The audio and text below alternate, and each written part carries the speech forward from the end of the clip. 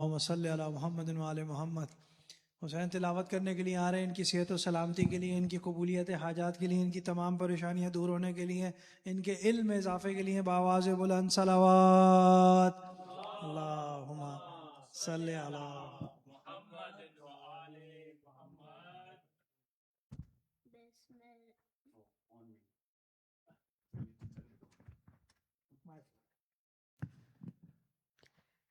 بسم اللہ الرحمن الرحیم انا آتیناک الکوثر فصل لربک وانحر ان شانئک هو الابتر۔ اللہم صلی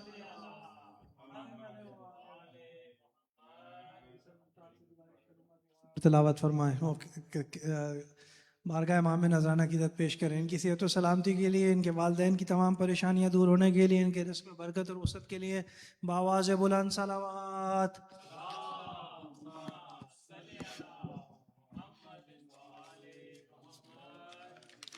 بسم اللہ الرحمن الرحیم والعادیات ضبحا فالموریات قدحا فالمغیرات صبحا فأثرن به نقعا فوسطن به جمعا ان الانسان لربه لکنود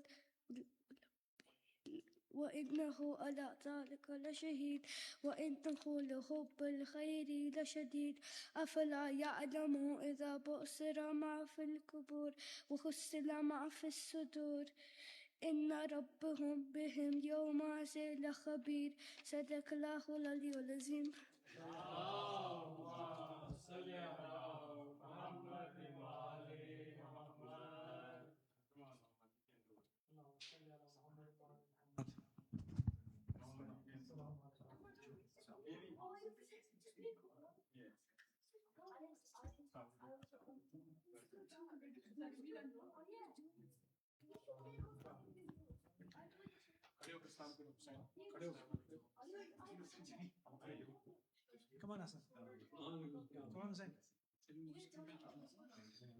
بر محمد وآل محمد صلوات۔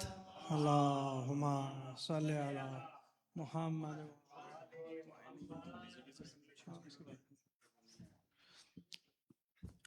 حسین کی صحت و سلامتی کے لیے، ان کی تمام پریشانیاں دور ہونے کے لیے، ان کے علم میں اضافے کے لیے، ان کے والدین کی صحت و سلامتی کے لیے، دادا دادی کی درازی عمری کے لیے بآواز بلند صلوات۔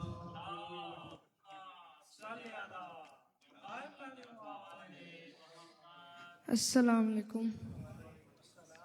Today I will be doing tilawat of Surah Zalzala with English translation in celebration of Imam Mahdi's birthday. أعوذ بالله من الشيطان الرجيم بسم الله الرحمن الرحيم إذا زلزلت الأرض زلزالها وأخرجت الأرض أثقالها وقال الإنسان ما لها يومئذ تحدث أخبارها بأن ربك أوحى لها يومئذ يصدر الناس أشتاتا ليروا أعمالهم فمن يعمل مثقال ذرة خيرا يره ومن يعمل مثقال ذرة شرا يره صدق الله العلي العظيم۔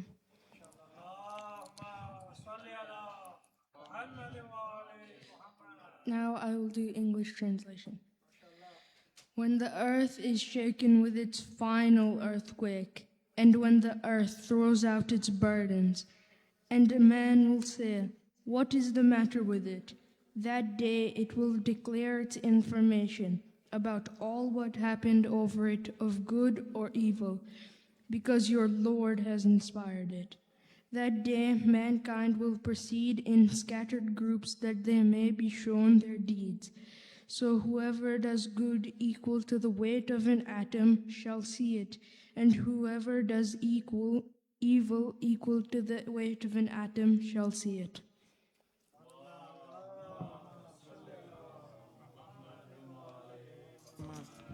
ماشاءاللہ زندہ سلامت رہیے آپ. میں کاظمین بھائی سے گزارش کروں گا کہ حدیث قصہ کی تلاوت فرمائیں. کاظمین بھائی کی صحت و سلامتی کے لیے, ان کی قبولیت حاجات کے لیے, ان کی تمام پریشانیاں دور ہونے کے لیے, مرحومین کی مغفرت کے لیے بآواز بلند صلوات. اللهم صل على محمد وآل محمد وعجل فرجهم. بسم الله الرحمن الرحيم.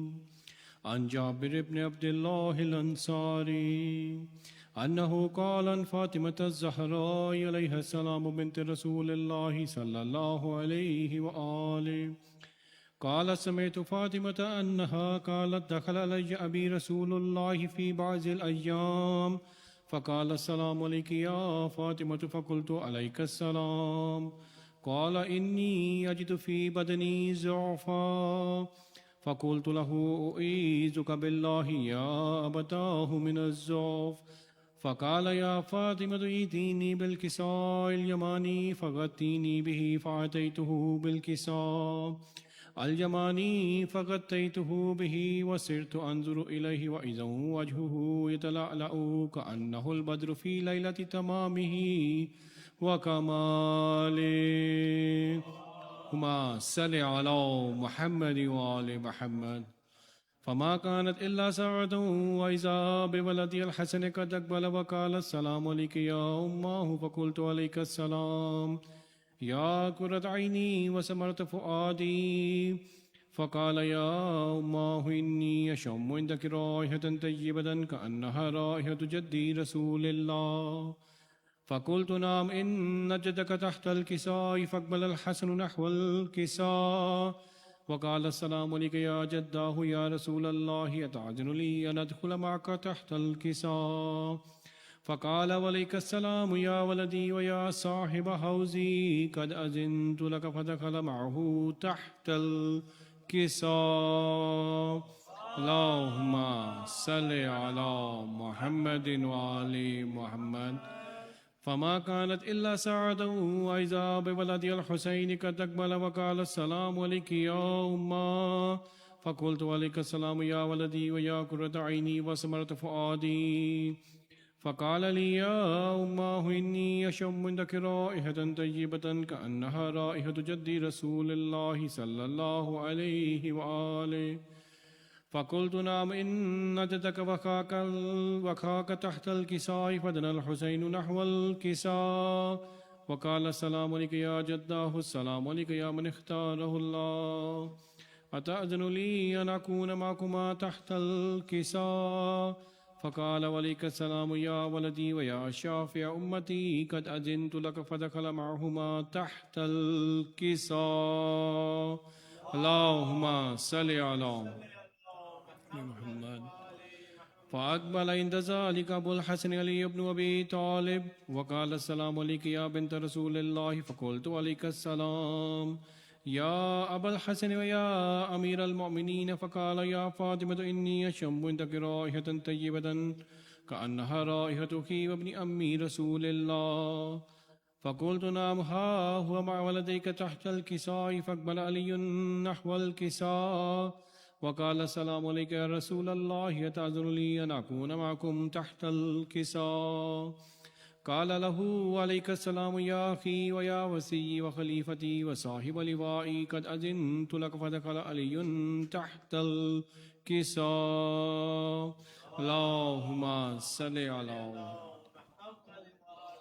ثم أتيت نحو الكساء وقلت السلام عليك يا أبتاه يا رسول الله أتأذن لي أن أكون معكم تحت الكساء قال وعليك السلام يا بنتي ويا بزتي قد أذنت لك فدخلت تحت الكساء فلما اكتملنا جميعا تحت الكساء أخذ أبي رسول الله بطرف الكساء وأومى بيده اليمنى إلى السماء وقال اللهم إنا هؤلاء أهل بيتي وخاصتي وحامتي لحمهم لحمي ودمهم دمي يؤلمني ما يؤلمهم ويحزنني ما يحزنهم أنا حرب لمن حاربهم وسلم لمن سالمهم وعدو لمن عاداهم ومحب لمن أحبهم إنهم مني وأنا منهم فاجعل صلواتك وبركاتك ورحمتك وغفرانك ورضوانك علي وعليهم وأذهب عنهم الرجس وطهرهم تطهيرا. اللهم صل على محمد. فقال الله عز وجل يا ملائكتي ويا سكان سماواتي إني ما خلقت سماء مبنية ولا أرضا مدهية ولا قمرا منيرا ولا شمسا مذية ولا فلكا يدور ولا بحر يجري ولا فلك يسري إلا في محبة هؤلاء الخمسة الذين هم تحت الكساء. فقال الأمين جبرائيل يا رب ومن تحت الكساء؟ فقال عز وجل هم أهل بيت النبوة ومعدن الرسالة هم فاطمة وأبوها وبعلها وبنوها.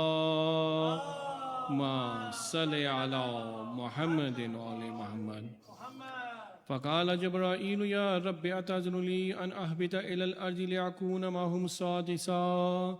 فقال له نعم قد أذنت لك. فهبط الأمين جبرائيل وقال السلام عليك يا رسول الله العلي الأعلى يقرئك السلام يخصك بالتحية والإكرام ويقول لك وعزتي وجلالي إني ما خلقت سماء مبنية ولا أرضا مدهية ولا قمرا منيرا ولا شمسا مذية ولا فلكا يدور ولا بحر يجري ولا فلك يسري إلا لأجلكم ومحبتكم وقد أذن لي أن أدخل معكم فهل تأذن لي يا رسول الله؟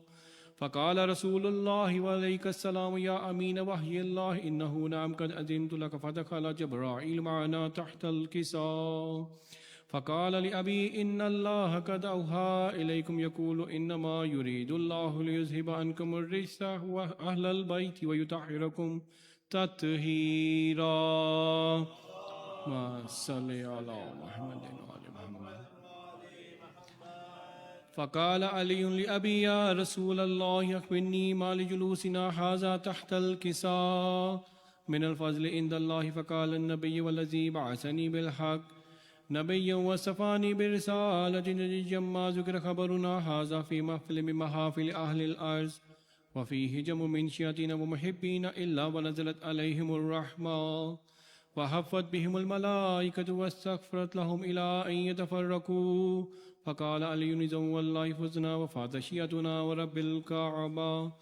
فقال النبي ثانيا يا علي والذي بعثني بالحق نبيا وصفاني بالرسالة نجيا ما ذكر خبرنا هذا في محفل من محافل أهل الأرض وفيه جم من شيعتنا ومحبينا وفيهم محموم إلا وفرج الله حما ولا مغموم إلا وكشف الله غما ولا طالب حاجة إلا وقضى الله حاجته.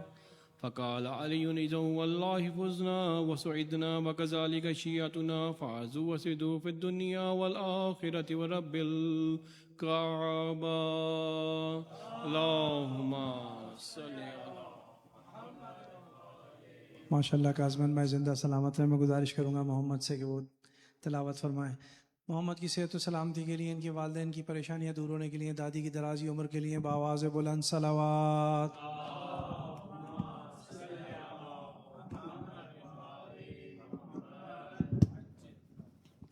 بسم اللہ الرحمن الرحیم.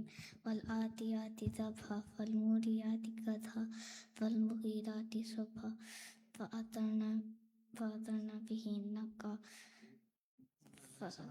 به نقعا إن الإنسان لربه لكنود وإنه لحب الخير لشديد. أفلا يعلم إذا بؤثر ما في القبور وحصل ما في الصدور إن ربهم بهم يومئذ لخبير.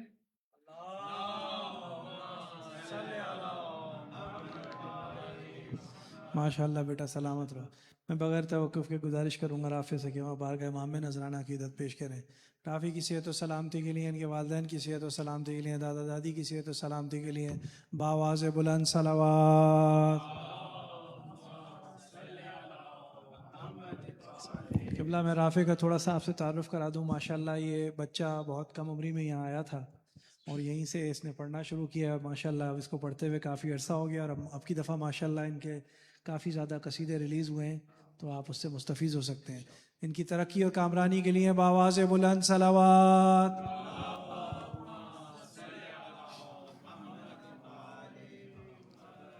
بارہویں امام کے حوالے سے قصیدہ ہے، جناب داؤد نے لکھا ہے. ایک بلند ترین صلوات پڑھ دیجیے.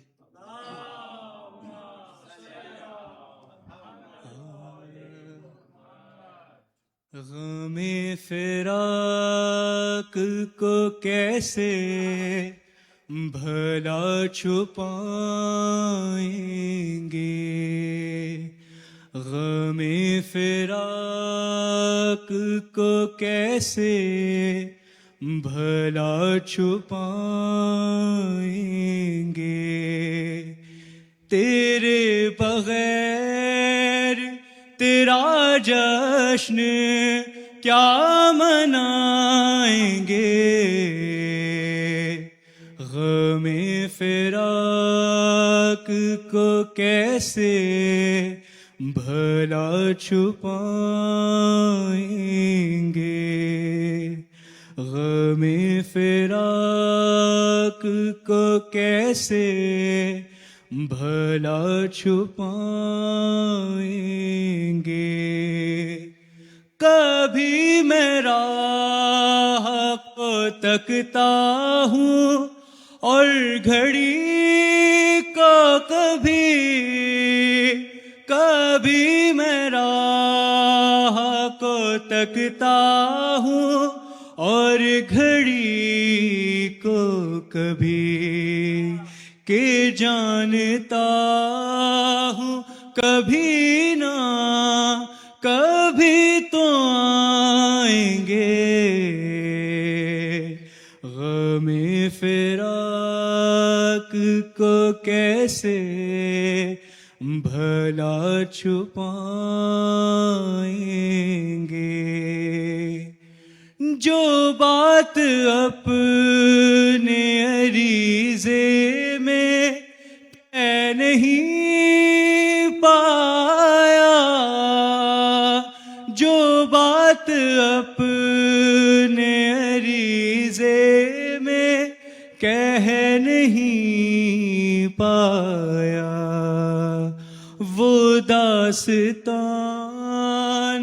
میرے اشک ہی سنائیں گے، غم فراق کو کیسے بھلا چھپائیں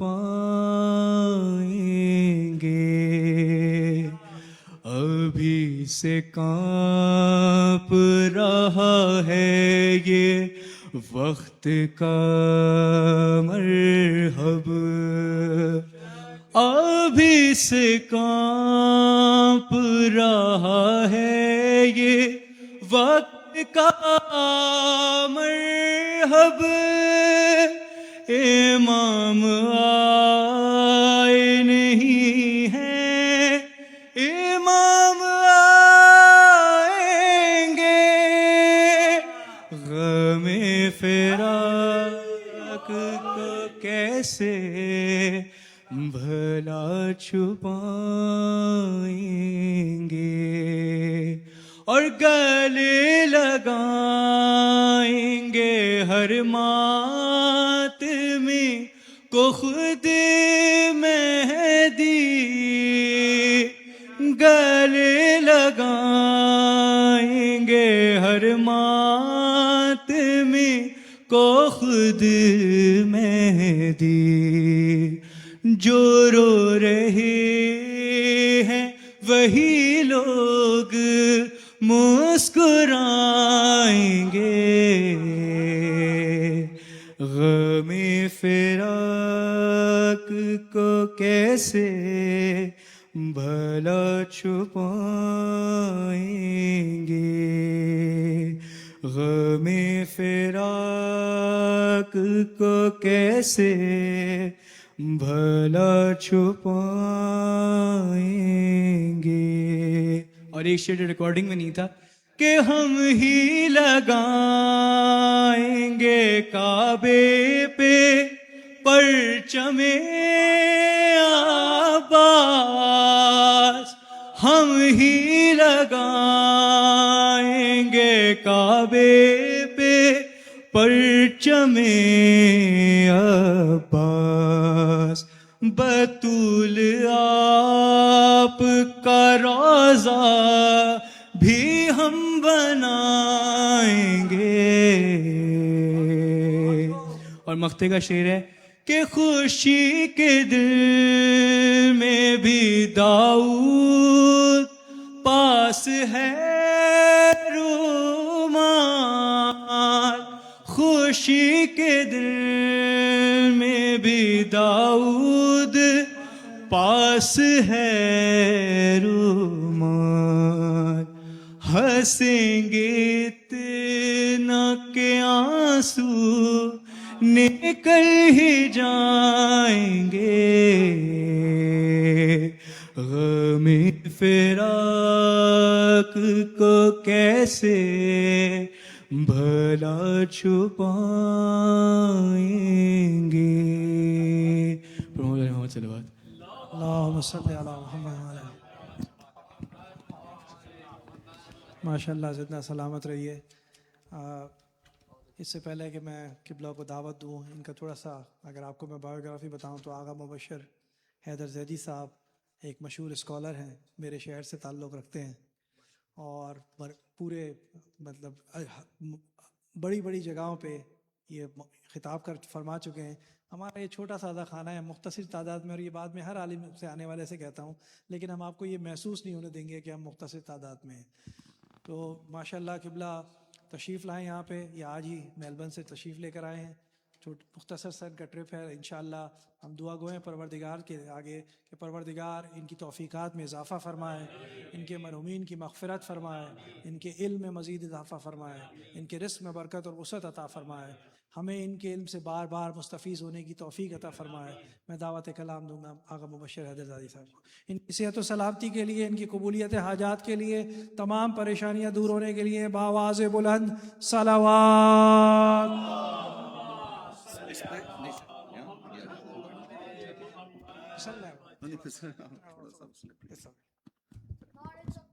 اللہ اکبر، ٹھیک، اللہ اکبر، یا رسول اللہ، یا رسول اللہ،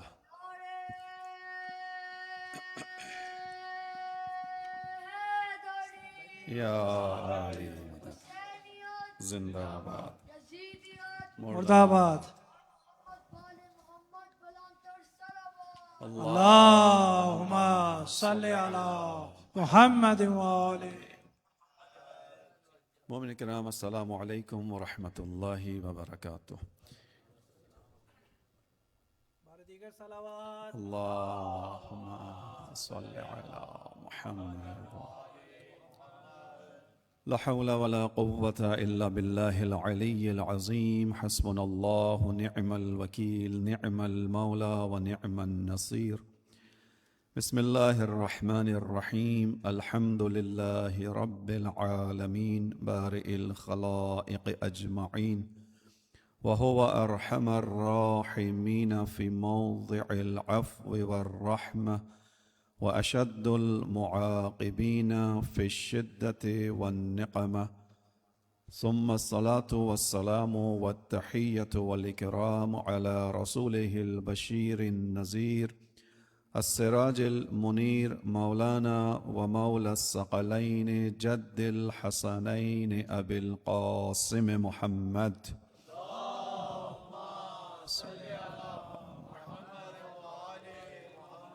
وعلى أهل بيته الطيبين الطاهرين المعصومين المظلومين، الذين أذهب الله عنهم الرجس وطهرهم تطهيرا.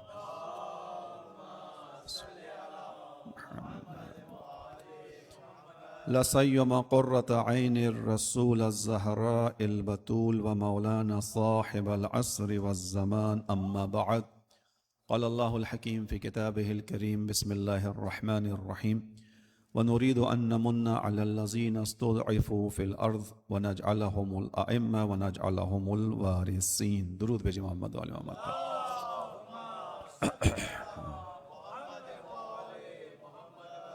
مومنین کرام، خداوند عالم کا شکر ہے کہ اس نے آپ تمام مومنین کی خدمت میں حاضر ہونے کی سعادت نصیب فرمائی.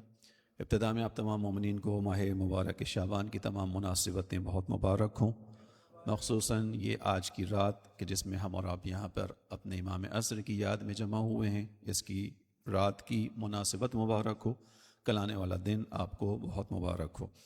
برادر عزیز نے تعارف میں بیان فرمایا کہ میں نے نہ معلوم کہاں پڑھا ہے، تو ایسا نہیں، میں بہت چھوٹا سا طالب علم ہوں، انتہائی ادنا سا. کوشش کرتے ہیں جو اپنے استادوں سے سیکھا یا کتابوں میں پڑھا وہ آپ مومنین تک منتقل کر دیں.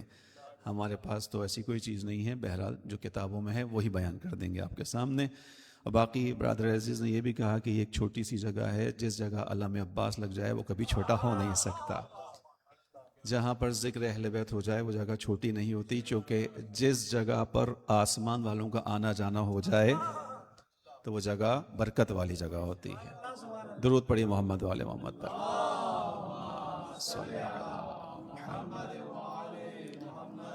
خدا انشاءاللہ آپ تمام مومنین کو اسی طرح آباد رکھے، شاد رکھے، خوش و خرم رہیں انشاءاللہ، اور مل کر جو خداوند عالم نے ہم سے تقاضا کیا ہے اجتماعی ذمہ داریوں کو ادا کرتے ہوئے ظہور امام میں داخل ہونے کا، خدا ایک دوسرے کی مدد کے ساتھ ہمیں امام عصر کے سامنے پہنچائے انشاءاللہ. عزیزان محترم، مختصر وقت ہے چونکہ مغرب کا وقت نزدیک آ گیا، اور اس میں آپ کے سامنے چند آرائز پیش کروں گا. خداوند عالم کا احسان کہ اس نے ہمیں اہل بیت علیہ السلام کے دامن سے وابستگی عطا کی. خداوند عالم نے ہمیں ان لوگوں میں سے قرار دیا کہ جس رسالت کا اجر رسول اکرم صلی اللہ علیہ وآلہ وسلم نے مودت کو قرار دیا.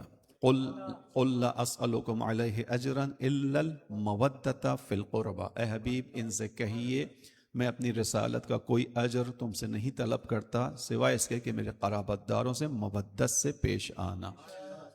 خوشی یہ اہل بیت میں خوش ہونا، اہل بیت کے غم میں غمزدہ ہو جانا، خوشی اہل بیت میں جشن کا اہتمام کرنا، اور غمزدہ محفلوں کے اندر ماتم مجلس کا اہتمام کرنا، گفتگو کرنا، تعلیمات اہل بیت کو ذکر کرنا، سننا، پڑھنا، یہ مودت کی ایک ادائیگی ہے. اور خدا کا شکر ہے کہ ہم کو خداوند عالم نے ان لوگوں میں رکھا کہ ہم اس کام کے لیے وقت نکالتے ہیں. کتنے ہی لوگ ہوتے ہیں کہ جن کو بہرحال ان کاموں کی توفیق نہیں مل پاتی. اس جملے کی کریکشن کرتے ہوئے آگے بڑھوں گا، یہ در حقیقت وقت ہم نہیں نکالتے، ہمیں وقت دیا جاتا ہے. یہ ہمیں بلایا جاتا ہے، ہمیں وقت دیا جاتا ہے. ہم اس اعتبار سے بھی خدا کی بارگاہ میں شکر گزار ہیں. عزیزوں، بغیر کسی مزید تمہید کے گفتگو کی طرف آتے ہیں. جو آیت کریمہ آپ کے سامنے پڑھی وہ سورہ قصص کی آیت نمبر 5 ہے، مشہور آیت ہے. خداوند عالم نے قرآن کریم میں کئی جگہوں پر امام عصر سے متعلق گفتگو کی ہے. امام عصر کا نام نہیں ہے، لیکن وہ علائم، وہ شرائط، وہ گفتگو امام کے اوپر منطبق ہوتی ہیں. جو جوان دوست ہمارے بیٹھے ہیں، امید ہے کہ اردو کو سمجھ رہے ہوں گے انشاءاللہ.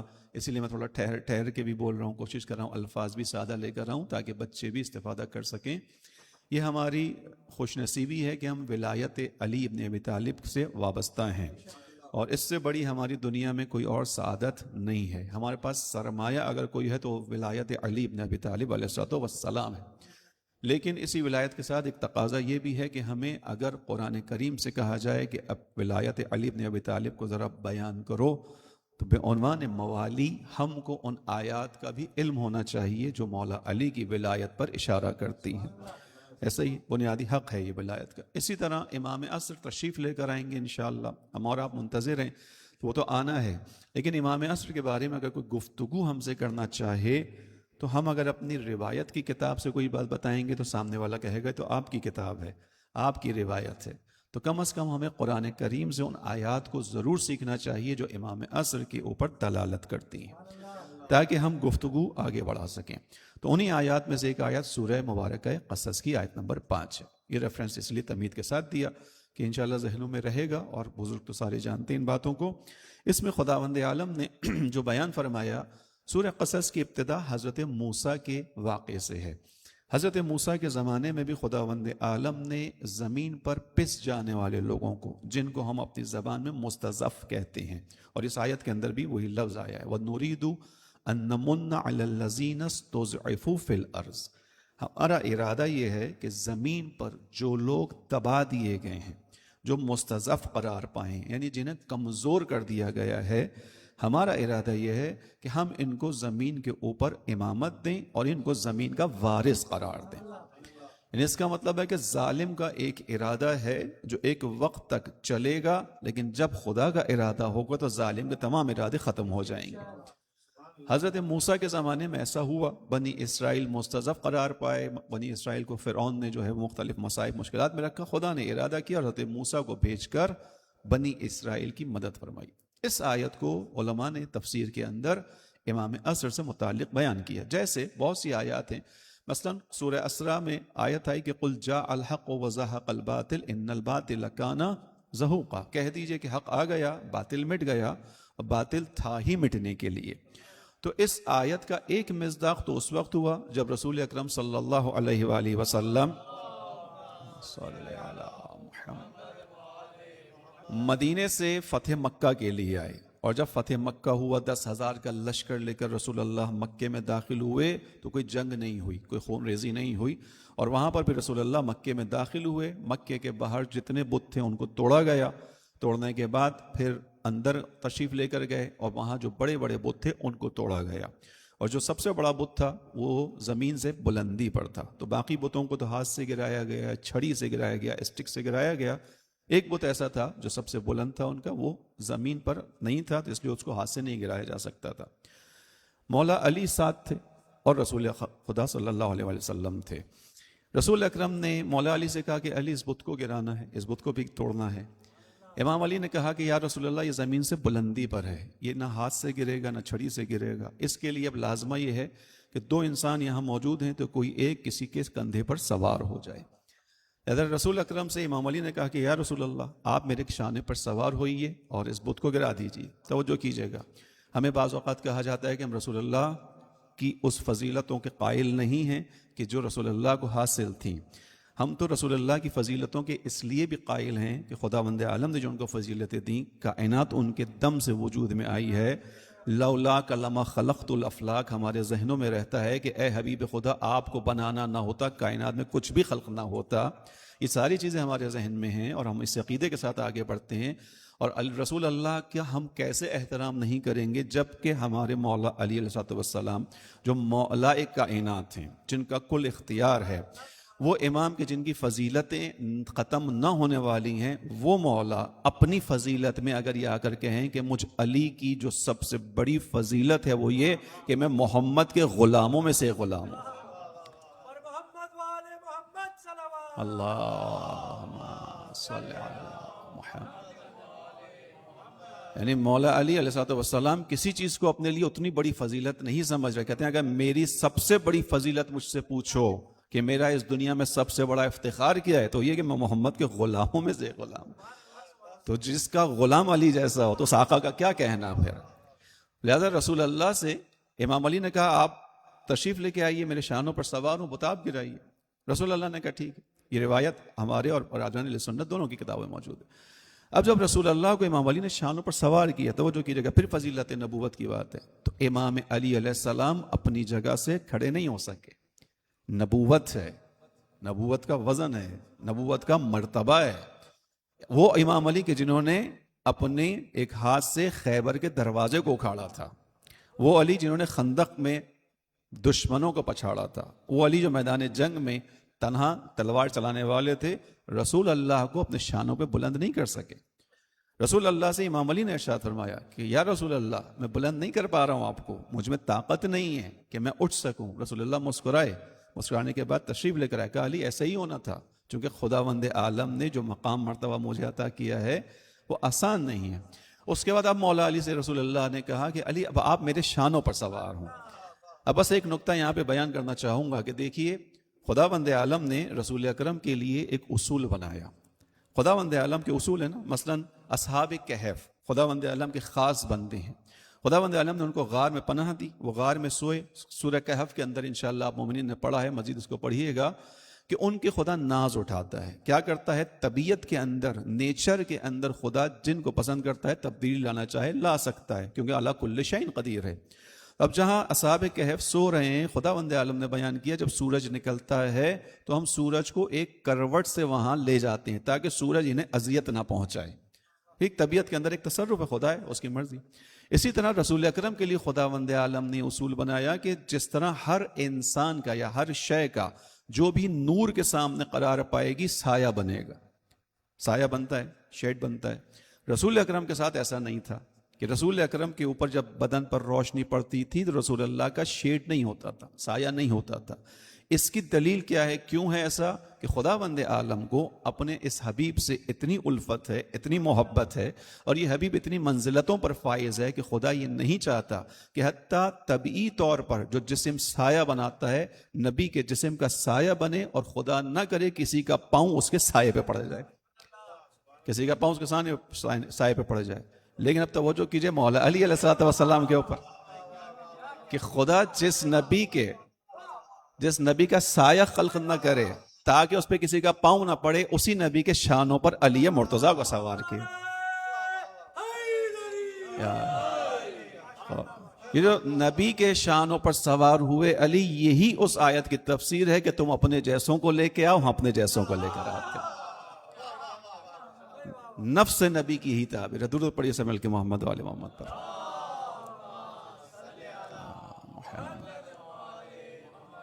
تو اب جب مولا کو سوار کیا تو مولا نے اس بت کو گرایا جس کا نام حبل تھا.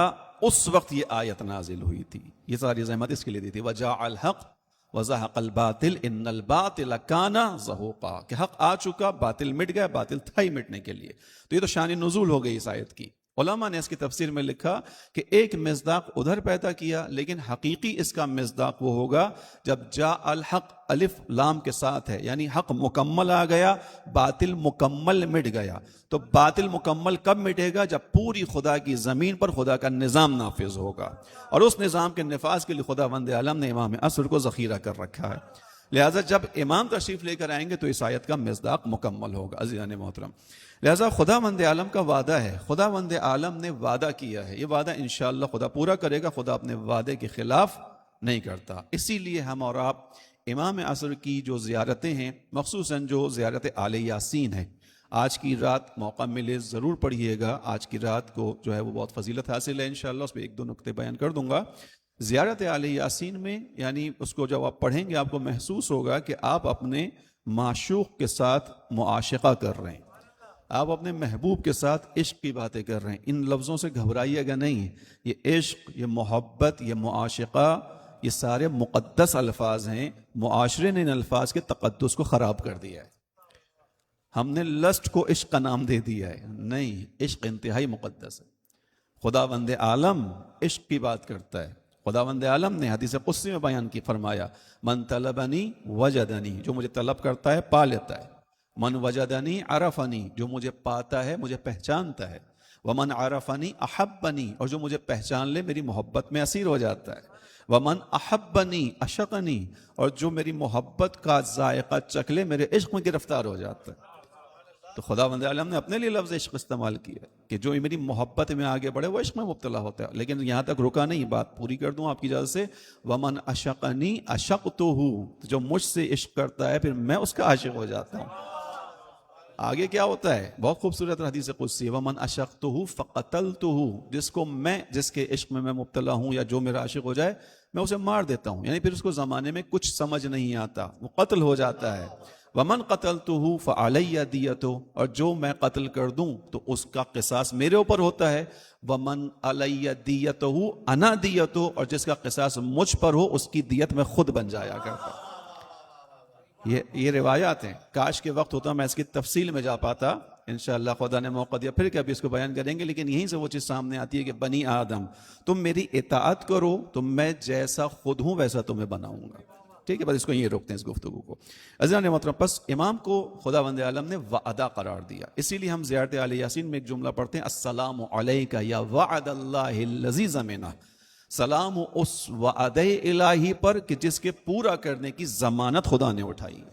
یعنی امام عصر وہ وعدہ الہی، زمین پر خدا کا نظام نافذ ہوگا. یہ خدا کا وعدہ ہے. عزیزان محترم، میں اور آپ انشاءاللہ اس وقت کے انتظار میں ہیں. اب آئیے تھوڑا سا جو ہمارے پاس وقت ہے اس کے اندر سمجھیں کہ خداوند عالم نے حضرت امام عصر کی ولادت کے لیے خصوصی اہتمام کیا. جس طرح فرعون نے اپنے زمانے میں حضرت موسیٰ کی ولادت کو روکنے کے لیے اہتمام کیا تھا، مگر خدا کا وعدہ تھا کہ خداوند عالم حضرت موسیٰ کی قوم کو ان کے ذریعے سے نجات دے گا، فرعون کا تختہ ختم ہوگا. اسی طرح خداوند عالم نے امام عصر کی حفاظت فرمائی. امام عصر کو آپ اگر تھوڑا سا توجہ کے ساتھ اس بات پہ سنیں گے انشاءاللہ کہ 7ویں امام کے بعد اگر آپ آ کے دیکھیں، آپ کو 7ویں امام کے بعد کے جو ائمہ علیہ السلام ہیں یہ اپنے ہوم لینڈ میں نظر نہیں آتے. سارے ائمہ کا ہوم لینڈ کیا ہے؟ مدینہ ہے. 6 امام تک آپ کو مدینے میں نظر آتے ہیں. 7ویں امام کہاں ہیں؟ بغداد میں، عراق. 8ویں امام ایران میں، پھر 9ویں امام اگین بغداد میں، 10ویں اور 11ویں امام سامرہ. بغداد تک پھر شہر تھا، لیکن 10ویں اور 11ویں امام کا جو زمانہ آیا اس میں دشمن نے کہاں رکھا؟ سامرہ. سامرہ فوجی چھاونی کو کہتے ہیں، فوجی چھاونی کو کہتے ہیں. یعنی حتیٰ ان ائمہ کا رابطہ عام عوام سے کاٹنے کی کوشش کی کہ مخصوصاً جب 11ویں امام کا وقت آ گیا. دشمن یہ جانتا تھا کہ زبان رسالت نے کہ جس کے بارے میں خداوند عالم نے گواہی دی ہے وما ينطق عن الهوى، یہ اپنی خواہشات پر گفتگو کرتے ہی نہیں ہیں، جو وحی الہی ہے اس کا ابلاغ کرتے ہیں. وہ جانتے تھے صداقت کے ساتھ بیان ہوا ہے. لہٰذا اگر رسول اللہ بتا کر گئے کہ میرے بعد میرے 12 جانشین ہوں گے، جن میں سے پہلا علی ابن ابی طالب ہے اور آخری امام مہدی اجل اللہ تعالیٰ فرجہ شریف ہیں. مل کے صلوات پڑھیے گا.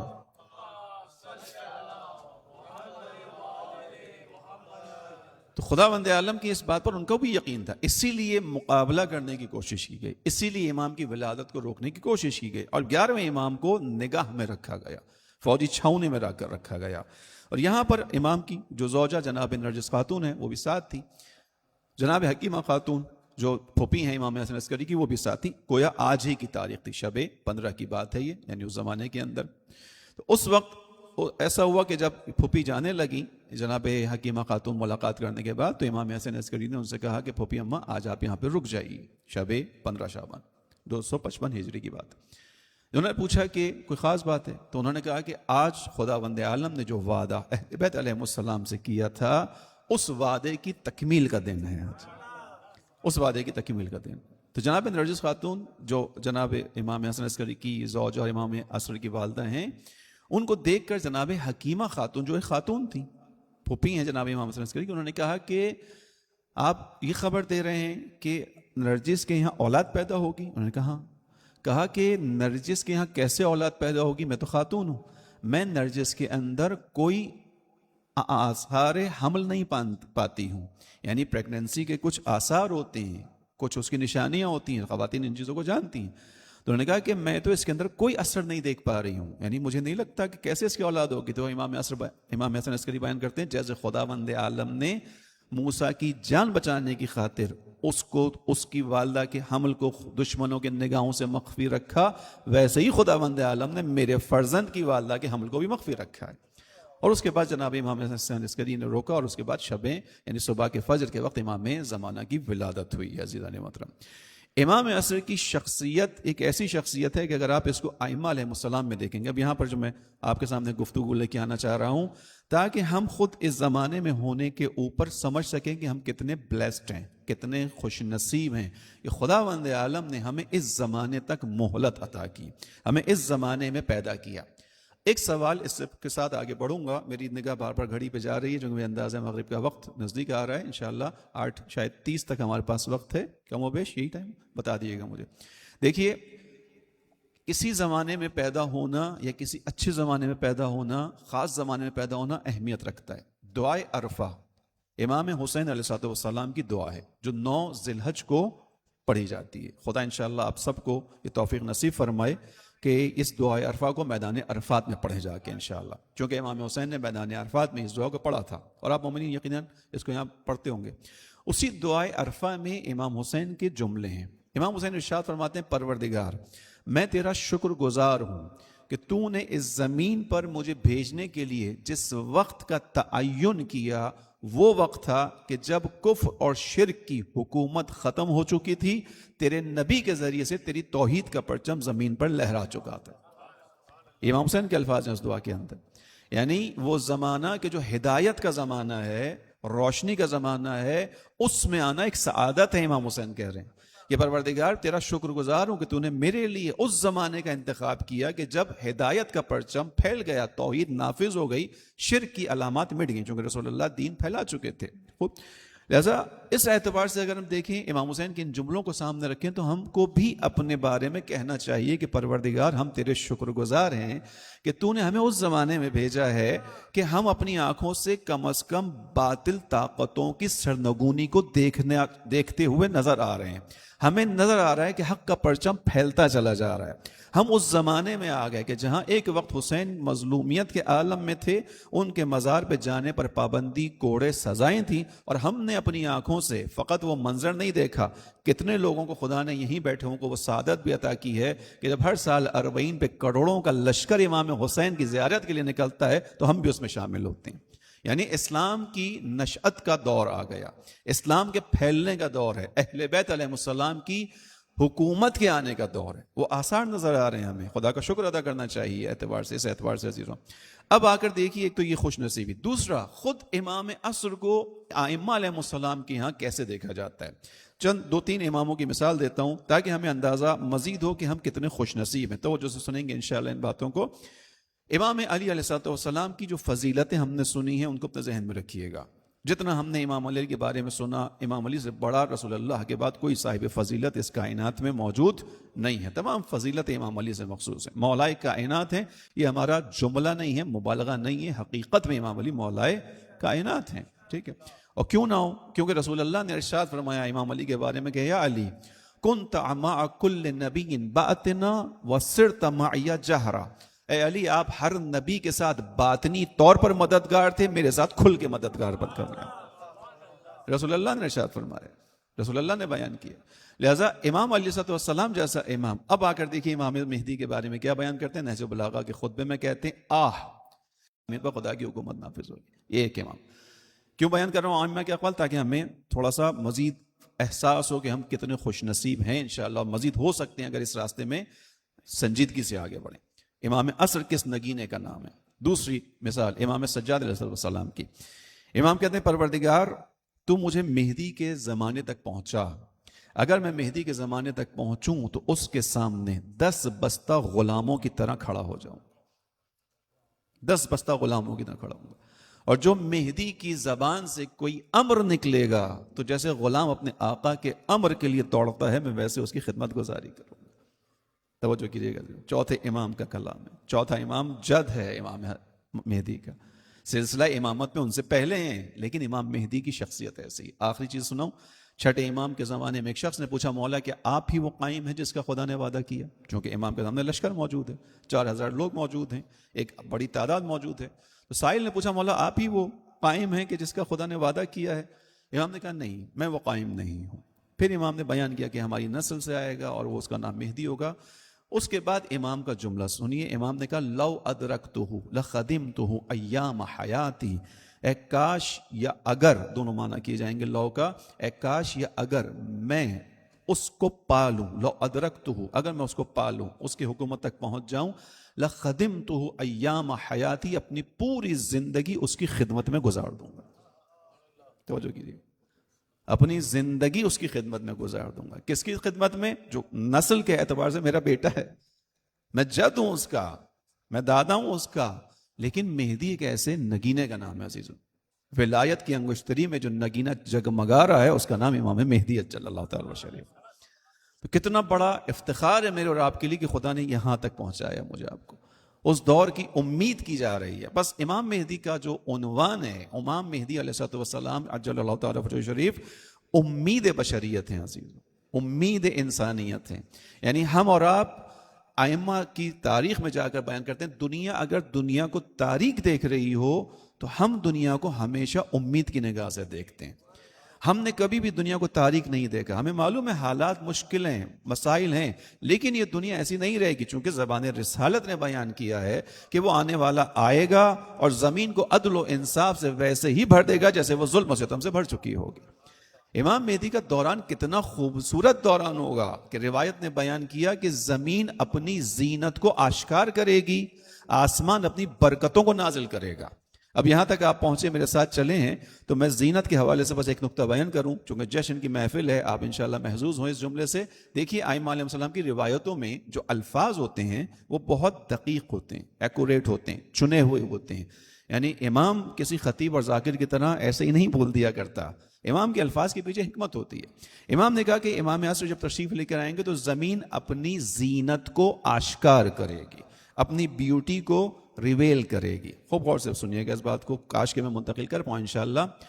یہ جو بیوٹی ریویل کرنا ہے، خوبصورتی کو آشکار کرنا ہے، مزین ہو کے نظر آنا ہے، اس کو ہم اگر تھوڑا سا سمجھیں تو خواتین کے اندر یہ زیادہ حس پائی جاتی ہے. اپنے آپ کو آمادہ کرنا، تیار کرنا، آرائش کرنا، زینت کے ساتھ آنا، مزین ہونا، ایسا ہی ہے نا، اپنے آپ کو خوبصورت بنا کے پیش کرنا.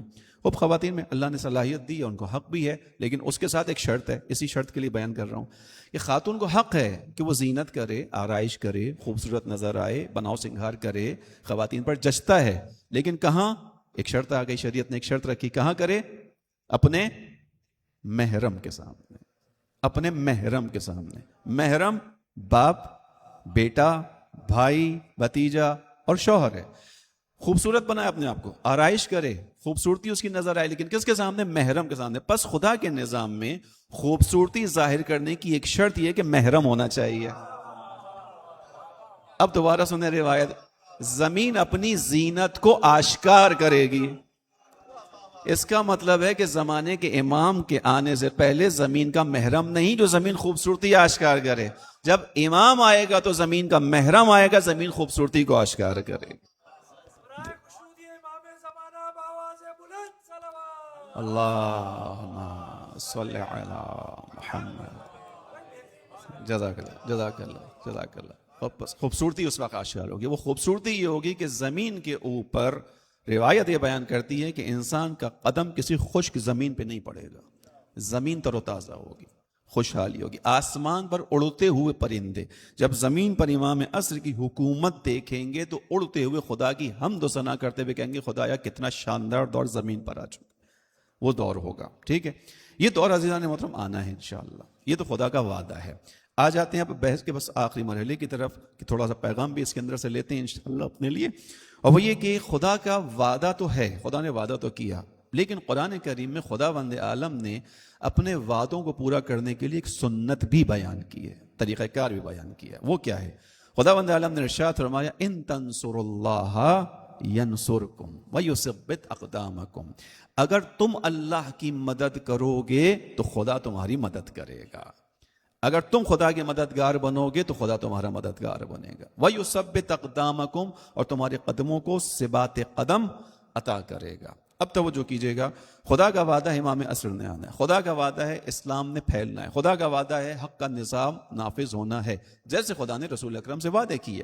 اور رسول اللہ کو جنگوں میں فتح بھی عطا فرمائی ہے، ماں سوائے ایک دو جنگوں کے جہاں مسلمانوں نے سستی دکھائی. لیکن آ جاتے ہیں جنگ بدر کے اندر.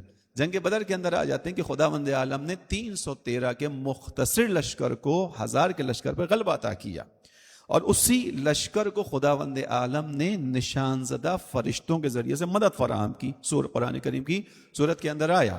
لیکن جو نقطہ ہے جو آپ تک پہنچانا چاہوں گا وہ یہ، ان تنصروا اللہ ینصرکم، اس اصول کو یاد رکھیے گا. اگر تم خدا کی مدد کرو گے تو خدا مدد کرے گا. یعنی اس کا مطلب ہے کہ خداوند عالم کے نظام کے اندر، کائنات کے نظام کے اندر پہلا قدم انسان نے اٹھانا ہے. اگر تم مددگار بنو گے تو خدا مدد کرے گا. تھوڑی دیر کے لیے سوچئے کہ اصحاب رسول اللہ کے ساتھ نکل کر بدر کے مقام پر نہ آتے تو کیا مسلمانوں کو کبھی فتح ملتی؟ کبھی بھی نہیں ملتی. مسلمانوں کو خدا نے فتح عطا فرمائی کب؟ جب مسلمان اپنی قوت، اپنی طاقت یعنی اپنی کیپیسٹی کے ساتھ اس میدان میں آ کر کھڑے ہو گئے.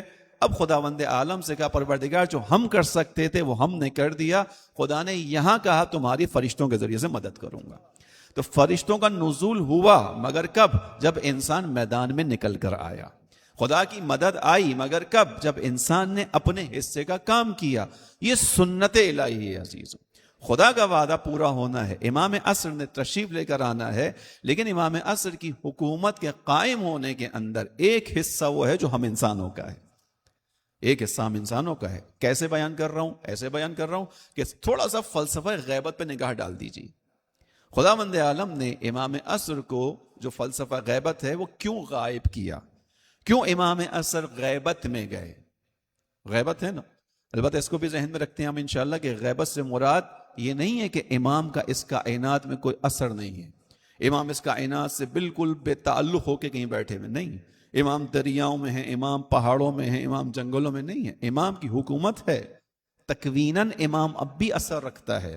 لولا الحجہ لساخت الارض باہلھا، اگر حجت خدا نہ ہو زمین کا نظام تہوبالا ہو جائے گا۔ اگر زمین کا نظام قائم ہے تو حجت خدا کی وجہ سے ہے۔ امام عصر موجود ہیں، امام عصر حاضر ہیں، میں اور آپ امام کے سامنے حاضر ہیں، ہاں پردہ جو پڑا ہے وہ امام کی شخصیت کے اوپر ہم پہچان نہیں پائیں گے، اگر ہمارے سامنے آئیں گے ہم پہچان نہیں پائیں گے، وہ امام موجود ہیں اور اس زمین کے اوپر اپنی ذمہ داریوں کو انجام دے رہے ہیں۔ خود امام عصر نے میرے اور آپ کے لیے ارشاد فرمایا کہ ہمارے شیعوں اِنَّا غَيْرُ مُحْمِلِينَ لِمُرَاعَتِكُمْ وَلَا نَاسِينَ لِذِكْرِكُمْ، اے ہمارے شیعوں خبردار، خیال کرنا، اپنے آپ کو لاوارث مت سمجھنا، اِنَّا غَيْرُ مُحْمِلِينَ لِمُرَاعَتِكُمْ، ہم تمہاری دیکھ بھال میں کوئی کوتاہی نہیں کرتے ہیں، وَلَا نَاسِينَ لِذِكْرِكُمْ، ہم تمہارا ذکر بھی نہیں بھولتے ہیں، توجہ کیجئے گا، ہم تمہاری یاد نہیں بھولتے ہیں۔ اب یہ یاد امام کہاں کرتے ہیں؟ آج کی رات امام سے متصل ہونے کی رات ہے عزیزوں، امام ہر جگہ یاد کرتے ہیں۔ یہ جو میں اور آپ اپنی عزتوں کے ساتھ اس دنیا میں زندگی گزار رہے ہیں، میں اپنے جیسے خطا کار کی طرف رخ کر کے بات کر رہا ہوں، اتنی خطاؤں کے باوجود اگر عزت آبرو کے ساتھ زندگی گزار رہا ہوں تو کسی کی دعائے مغفرت کا نتیجہ ہے۔ کوئی مجھے اپنی دعائے مغفرت میں یاد رکھتا ہے، اس کی دعائے مغفرت کا نتیجہ، اور یہ بات بھی میں نے آپ کے سامنے مبالغہ نہیں کیا۔ سید ابن طاؤس ہمارے علماء میں ایک بڑی شخصیت ہیں، بہت بلند شخصیت ہیں، ان افراد میں سے کہ جن کو خداوند عالم نے امام عصر سے شرف ملاقات بخشا۔ اس زمانے کی بات ہے جب سامرہ میں آبادی بھی نہیں تھی اتنی۔ سید ابن طاؤس اس جگہ پر جہاں امام کی غیبت واقع ہوئی زیارت کے لیے جاتے تھے، امام سے خدا نے شرف ملاقات بخشا تھا۔ ایک مرتبہ نقل کرتے ہیں میں زمین پہ اتر رہا تھا، سرداب میں جو گئے ہیں انہوں نے دیکھا ہے، جو نہیں گئے خدا ان کو زیارت نصیب فرمائے ہوا انشاءاللہ۔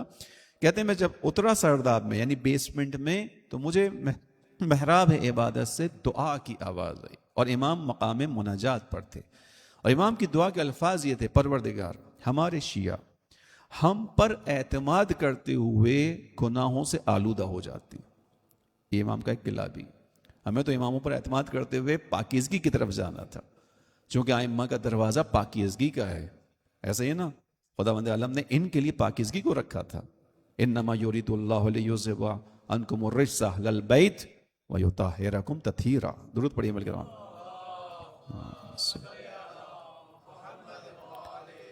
امام نے دعا کی، خدا کی بارگاہ میں دعا کریں، پروردگار ہم پر، ہماری محبت پر، ہماری ولایت پر اعتماد کرتے ہوئے گناہ کرتے ہیں، خدایا جو حق ہمارا ہے، یعنی جو تو نے ہمیں حق عطا فرمایا ہے اس زمین پر، کائنات کے اوپر، اس حق کے صدقے سے ہی ہمارے شیعوں کے گناہوں کو بخش دے۔ اب آپ سے ایک سوال ہے، کیا میں نے، آپ نے کبھی اپنے زمانے کے امام سے اس طرح التجا کی تھی کہ مولا ہمارے لیے دعا کیجئے گا؟ لیکن وہ امام دعا کرتا ہے، وہ ہم سے غافل نہیں ہے۔ امام نے کہا وَلَا نَاسِينَ لِذِكْرِكُمْ، ہم تمہیں نہیں بھلاتے، میں اپنے آپ سے کہوں گا مولا ہم بھلا دیتے ہیں آپ کو، ہماری زندگی میں آپ معمولاً نہیں آتے۔ کب آتے ہیں؟ شب 15 شعبان میں، اور وہ بھی کب؟ جب ہمیں عریضہ لکھنا ہوتا ہے اپنی حاجت کا۔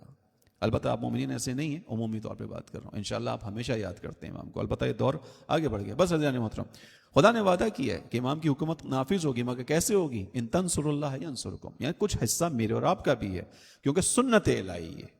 خدا پردہ غیبت میں کیوں لے کر گیا؟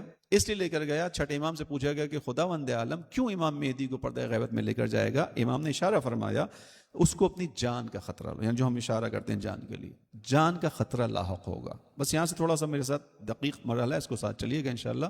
اس کا مطلب ہے کہ امام عصر کو جو خداوند عالم پردہ غیب میں لے کر جائے گا کہ ان کے انصار ناصر مہیا نہیں ہوں گے، اور اس بات کی دلیل کیا ہے؟ پہلے امام سے لے کر 11ویں امام کی شہادت اس بات کی دلیل ہے کہ انصار ناصر مددگار نہیں تھے۔ اب یہ آخری حجت ہے، تو خداوند عالم نے اس آخری حجت کو محفوظ کرنے کے لیے پردہ غیب میں رکھا۔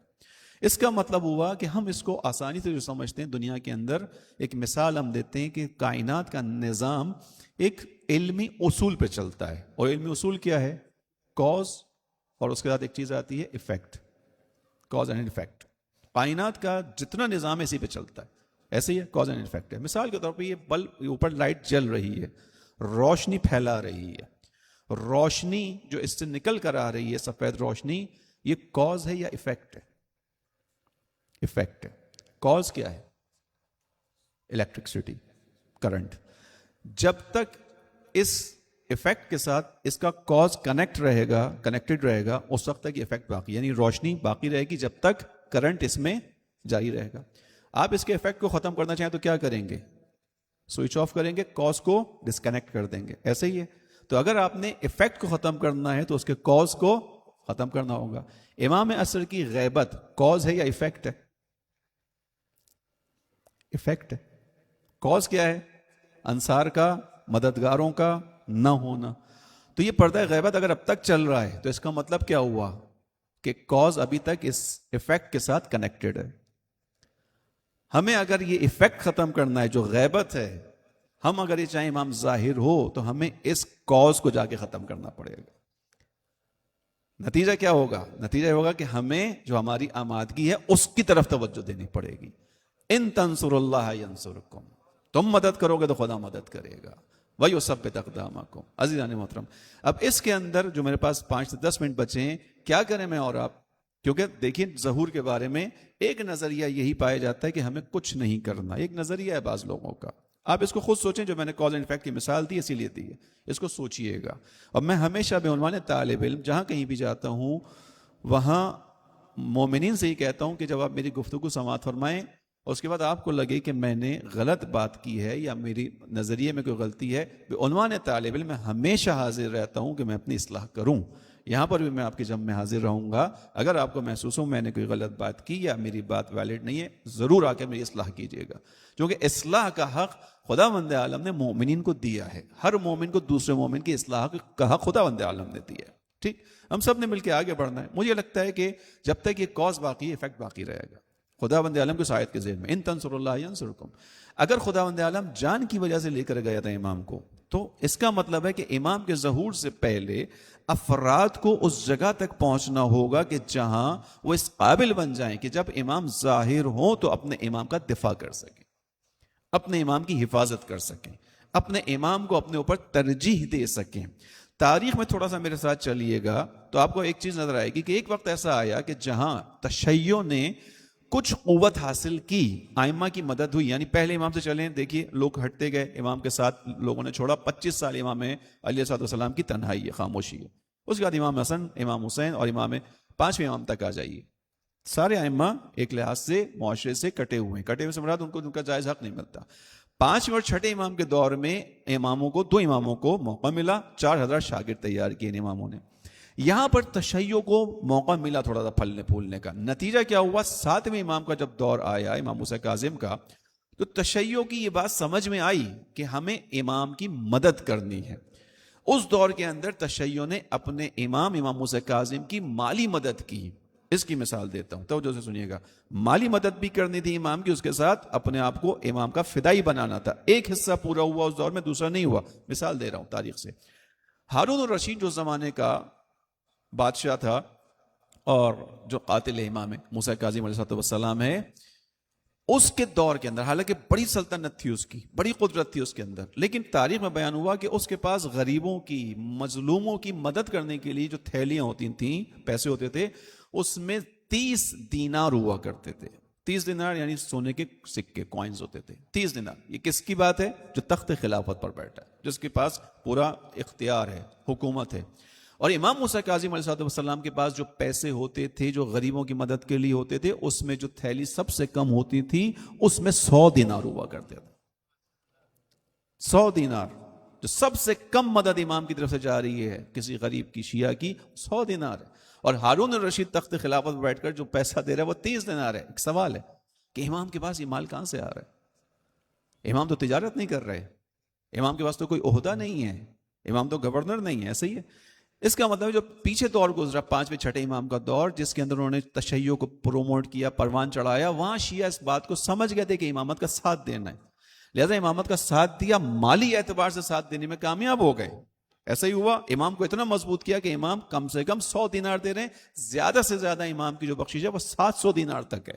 ایسی تھیلیاں تھیں امام کے پاس. لیکن یہیں پہ ایک لمحہ فکریہ بھی ہے کہ وہ امام کے جس کو اتنا مالی سپورٹ کیا اس زمانے کے شیعوں نے, تاریخ امامت میں, سلسلہ امامت میں جو سب سے زیادہ طولانی قید ہے وہ بھی اسی امام کی ہے. سب سے زیادہ طولانی قید کس کی ہے؟ 14 سال کی قید کس کی ہے؟ امام حسین کاظم کی. یعنی شیعہ ایک اعتبار سے تو مضبوط تھا, اس کی سمجھ میں آ گیا کہ امام کی مالی مدد کرنی ہے, وہ کی, لیکن امام کی خاطر فدائی نہیں بن سکا. اور اسی امام کا جنازہ مظلومیت کے عالم میں پل بغداد پر پڑا. تاریخ ہے ناظرین محترم. خدا مند اعلیٰ نے امام کو پردہ غیب میں کیوں اٹھایا؟ جان کا خطرہ تھا. جب تک یہ چیز موجود رہے گی, جب تک امام کے سپاہی فدائی آمادہ نہیں ہوں گے, اس وقت تک معاملہ ایسے ہی ہے ظہور کا. اب آپ اس کو سوچیے گا, میں نے عرض کیا بعض لوگ کہتے ہیں کہ نہیں ہمیں کچھ نہیں کرنا, انتظار کرنا ہے. آپ اس کا فیصلہ خود کیجئے. انتظار کیسے کیا جاتا ہے؟ جیسے یہاں پہ جشن تھا آج, آپ کو ایک اناؤنسمنٹ آئی کہ صاحب آج کے دن ایک جشن ہوگا اس محفل کے اندر. یہاں پر جو آرگنائزرز تھے انہوں نے انتظار کیا مومنوں کے آنے کا, لیکن انتظار کیسے کیا؟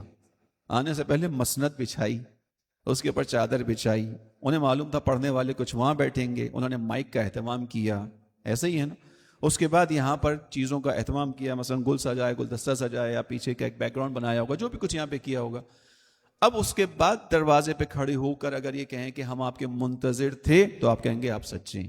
لیکن تھوڑی دیر کے لیے ریورس کر لیجئے اس بات کو. ہم سب یہاں پہ جمع ہو گئے اور صاحب جو آرگنائزرز ہیں وہ کہتے ہیں بھائی ہم آپ کے منتظر تھے. اب جب ہم اندر آئے تو پتہ چلا تو دروازہ کھلا, تو نہ چاندنی بچھی ہے, نہ دری بچھی ہے, نہ کارپیٹ بچھا ہے, نہ مسند بچھی ہے. وہ کہیں اچھا آپ رکیے, ہم آپ کے منتظر تھے, آپ رک جائیے. تو ہم کہیں گے آپ کیسے منتظر تھے, آپ نے کوئی اہتمام تو کیا نہیں تھا ہمارے لیے. تو اگر ہم امام عصر کے منتظر ہیں تو امام کے آنے سے پہلے ہمیں امام کے لیے کچھ زمینہ فراہم کرنا ہے. عزیزوں, ان تنصروا اللہ ینصرکم ویثبت اقدامکم. کیا کریں؟ 2 کام تیزی سے بیان کرتا ہوں. امام اصلاح امت کے لیے آ رہے ہیں. امام کا کام کیا؟ امام ابا صالح ہیں. خداوند عالم امام کی جو حکومت ہے سورہ انبیاء کی آیت نمبر 105 اور 106 میں بیان فرماتا ہے, ہم نے یہ طے کیا ہے کہ زمین کو صالحین کا ورثہ قرار دیں گے. لقد كتبنا في الزبور من بعد الذکر ان الارض يرثها عبادی الصالحون. ہم نے طے کر لیا کہ اس زمین کے اوپر صالحین کو میراث عطا کریں گے, صالحین کی حکومت ہوگی. امام صالحین ہے. اور خداوند عالم نے پوری زمین پر فیصلہ کیا ہے. اب تک خدا کے نظام میں ایسا نہیں ہوا کہ پوری زمین خدا پر خدا کا نظام نافذ ہو. یہیں پہ کچھ اشعار ذہن میں آ گئے کہ خدا کی زمین, اور زمین بھی اس بات پر افتخار کرتی ہے کہ ایک وقت ایسا آئے گا کہ یہاں خدا کی ولی کی حکومت قائم ہوگی. اس کے بارے میں کچھ اشعار ذہن میں آ گئے, آپ کی سماعت کی نظر کروں. محسن نقوی صاحب نے ایک مقایسہ کیا آسمان اور زمین کا, اور اس میں ایک طویل انہوں نے گفتگو کی, بہت خوبصورت کلام ہے. تو اس میں انہوں نے کہا کہ زمین اور آسمان کا مقابلہ ہوتا ہے, اور آسمان زمین سے کہتا ہے میں افضل ہوں, اور زمین آسمان سے کہتی ہے کہ میں افضل ہوں. آسمان آخر میں آ کر تنگ آ کر کہتا ہے زمین سے کہ بھئی دیکھو میں تم سے ایک ایسی بات کرتا ہوں کہ تم اب تسلیم کر لو کہ میں افضل ہوں, میں تم سے زیادہ صاحب فضیلت ہوں. آسمان مخاطب کر کے زمین سے کہتا ہے کہ سن اے عدو امن و سکون دشمن بشر. آسمان کا خطاب ہے زمین سے. سن اے عدو امن و سکون دشمن بشر, تو ایک بوجھ بن گئی نبیوں کی جان پر. عیسیٰ نے ایک عمر سہے ہیں تیرے ستم, آخر سکون ملا ہے اسے آسمان پر. بات صحیح ہے نا. یعنی حضرت عیسیٰ جب تک زمین پر رہے, اذیتوں میں رہے, شکنجوں میں رہے, مشکلات میں رہے, خدا انہیں اٹھا کر کہاں لے گیا؟ آسمان پہ لے گیا, تاکہ عیسیٰ مصیبتوں سے نجات پائیں. آسمان نے اپنی بات کر دی, زمین سے کہا اب تو مان جائے کہ میں افضل ہوں. زمین نے کہا میرے پاس بھی کچھ ہے اور تجھے پھر ماننا پڑے گا میں افضل ہوں. آسمان سے زمین نے کہا کہ ہوں انتظار گاہ امام زمان نہ چھیڑ, ہوں انتظار گاہ امام زمان نہ چھیڑ, جھوٹی شکن نہ ڈال منور جبین پر, آنے دے میرے آخری وارث کو ایک بار, عیسیٰ کو پھر اترنا پڑے گا زمین پر.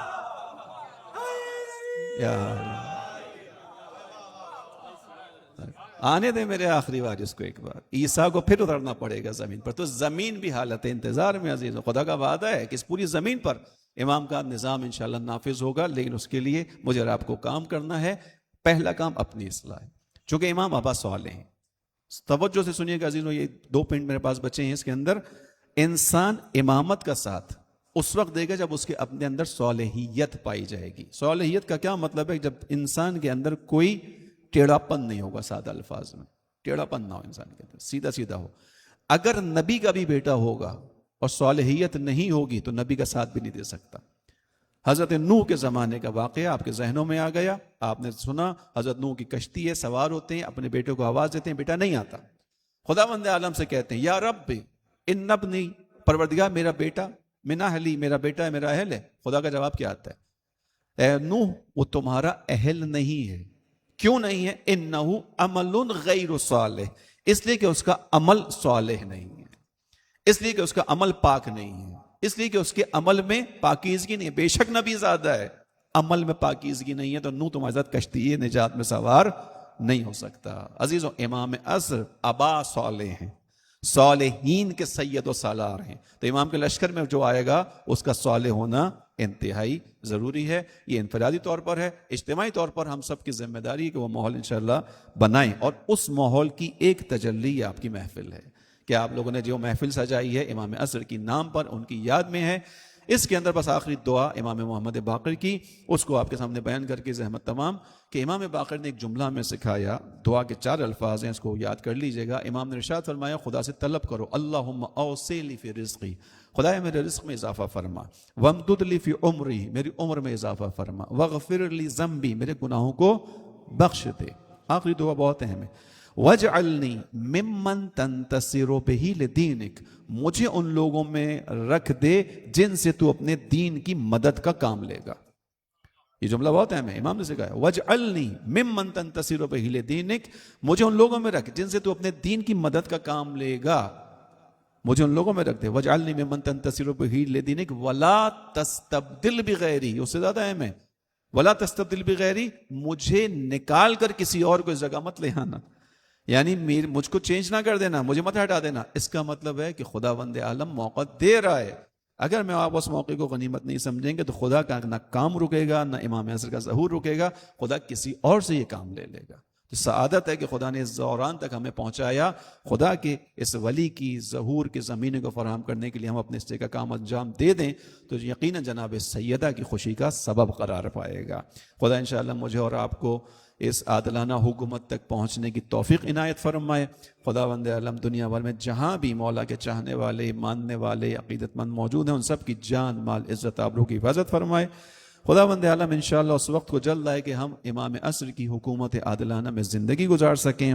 خداوند عالم ہمیں ان توفیق عمل عنایت فرمائے. ہر اس عمل سے جس سے امام عصر کا دل دکھے یا ان کی آنکھیں خدا نخواستہ نمناک ہوں, اس سے دوری کی توفیق عنایت فرمائے. تمام مراجع اعظام کو, رہبر معظم کو خدا صحت, سلامتی, طول عمر عنایت فرمائے. دنیا میں جہاں بھی مستضعفین ہیں خدا ان سب کی نصرت فرمائے. پروردگار سے دعا ہے جمع حاضر میں موجود تمام مؤمنین و مومنات کی جو حاجات ہیں انہیں پورا فرمائے. جمع حاضر میں موجود مؤمنین و مومنات میں اگر کوئی روزگار کے سلسلے میں مشکل کا شکار ہے خدا اس کی اس مشکل کو آسان فرمائے. جو بیمار ہیں انہیں شفا عنایت فرمائے. آپ کے اس جم کو اسی محبت اتحاد کے ساتھ انشاءاللہ ہمیشہ قائم اور محفوظ فرمائے. ربنا تقبل والدعاء انك انت السميع العليم.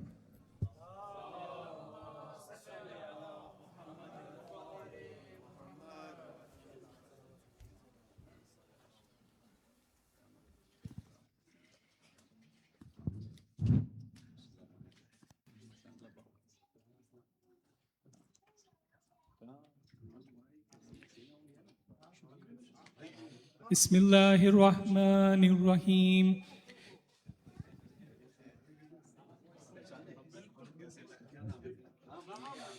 ان اللہ وملائکتہ یصلون علی النبی یا ایہا الذین آمنوا صلوا علیہ وسلموا تسلیما.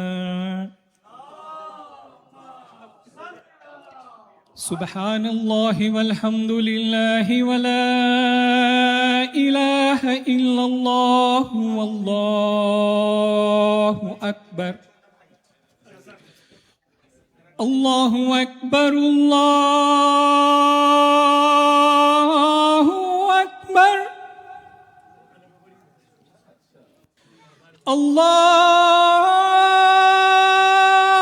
اکبر اشہد ان لا الہ الا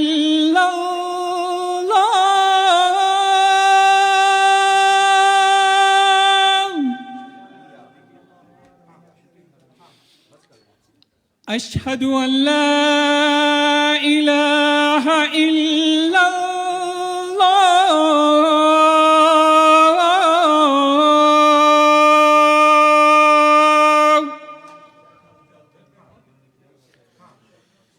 أشهد أن محمدا رسول الله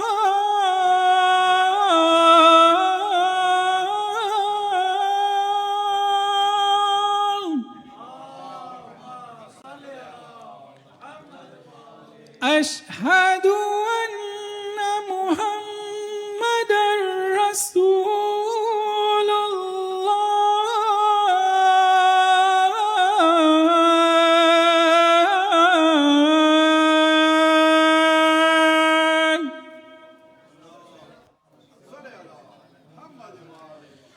أشهد أن عليا ولي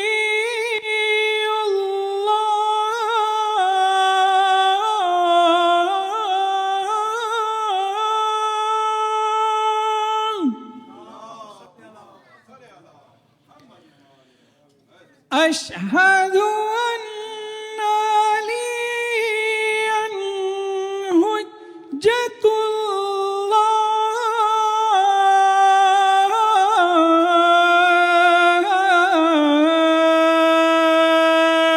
الله حي على الصلاة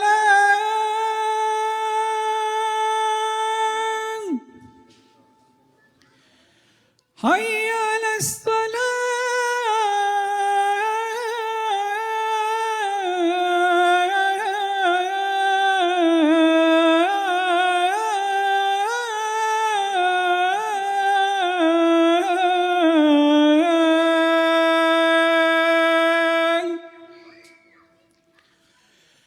حي على الفلاح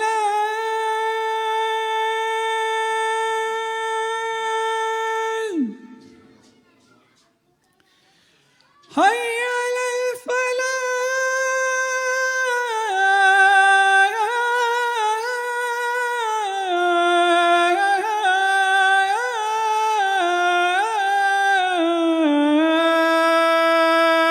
الفلاح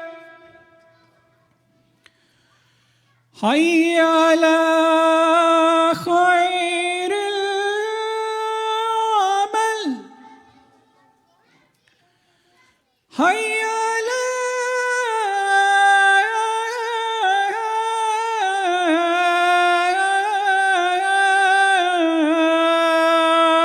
خير العمل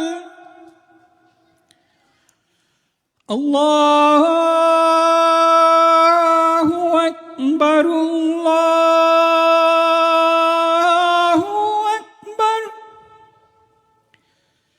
لا إله إلا الله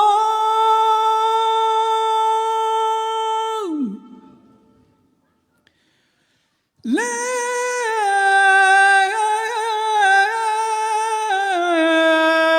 إله إلا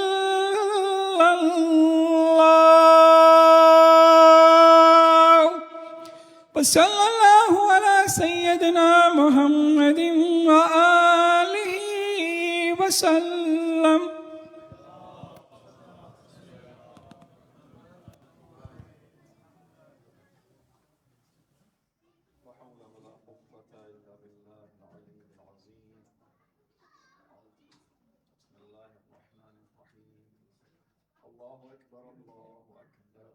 أشهد أن لا إله إلا الله أشهد أن لا إله إلا الله أشهد أن محمدا رسول الله